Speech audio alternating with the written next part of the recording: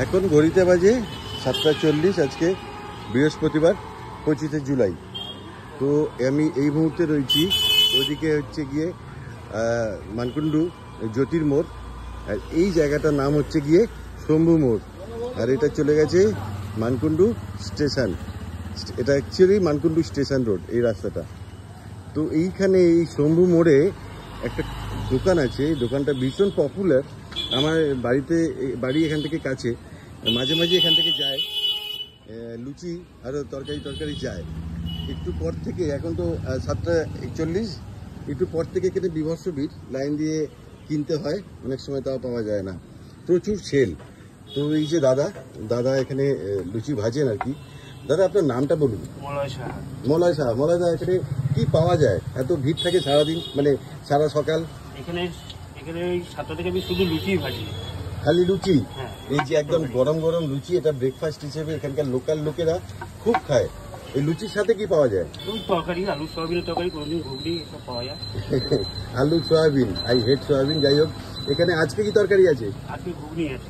ঘুগনি আছে, এই যে এখানে ঘুগনি রয়েছে, আর এখানে লুচি। কটায় খোলে? 7টায় খুলি। 7টা থেকে কটা অবধি চলে? 12টা। এত ভিড়, মানে পার ডে সকালবেলা কত লুচি বিক্রি হয়? এটা মোটামুটি কত কেজি?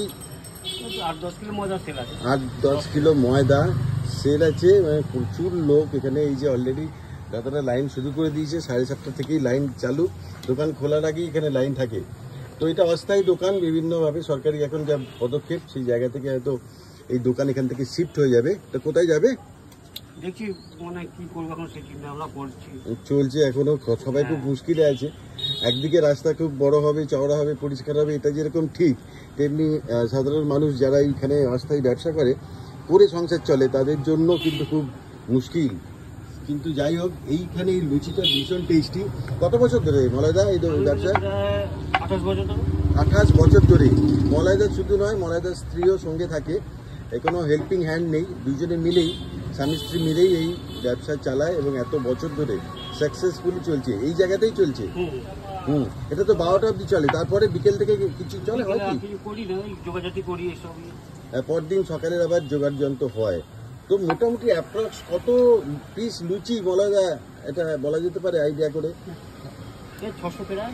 হ্যাঁ, 600 পিস লুচি সকালবেলা এই 5-6 ঘন্টার মধ্যেই উড়ে যায়, সেল হয়ে যায়। তো ভীষণ টেস্টি হয়। এখানে তেল, কি তেল ইউজ হয় এখানে? আমি এখন কিনে আনতাম, এখন প্যাকেজ সিস্টেমে যে তেলগুলো আছে সেগুলো ব্যবহার করছি, মানে ভালো কোয়ালিটির রিফাইন তেল। হ্যাঁ, লোকাল লোকেরা এখানে যখন রেগুলার খায়, তার মানে তাদের পেট খারাপ হয় না। এই ভাইটি খায় বোধ হয়, রোজ খান এখানে? হ্যাঁ, কোনো শারীরিক সমস্যা নেই, তেলে কোনো প্রবলেম নেই। বা এখানে তো আরো অনেক দোকান আছে, মলয়দার দোকানে কেন ভালো লাগে তরকারিটা? হ্যাঁ, আমি এখানে আগে খেয়েছি। মলয়দার যেটা প্লাস পয়েন্ট, আমি আগে মলয়দাকে বলেছি, সেটা হচ্ছে তরকারি। মাঝে মাঝে সয়াবিন করে ফেলে, কিন্তু ওই শীতকালে একটা ফুলকপি দিয়ে একটা তরকারি করে মিষ্টি, সেটা খুব টেস্টি হয়। তো এখানে চলছে। তা আজকে একা? আপনার স্ত্রী আসবে না মলয়দা? আসবে, একটু পরে জয়েন করবে। যত ভিড় বাড়বে তখন উনি জয়েন করবেন। তো এরা দুজনে মিলেই সাকসেসফুলি এত বছর ধরে এখানে জলখাবারের দোকান চলছে।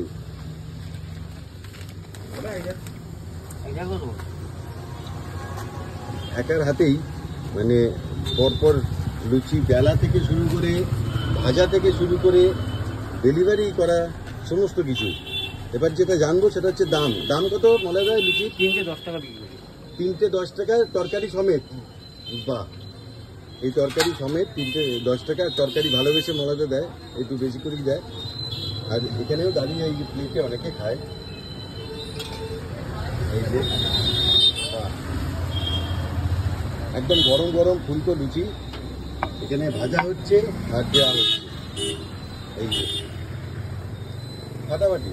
তো এই মানকুণ্ডু স্টেশন রোড, শম্ভু মোড়, এইখানে দোকান হয়তো আরও কিছুদিন থাকবে, যতক্ষণ না নোটিশ পাচ্ছে।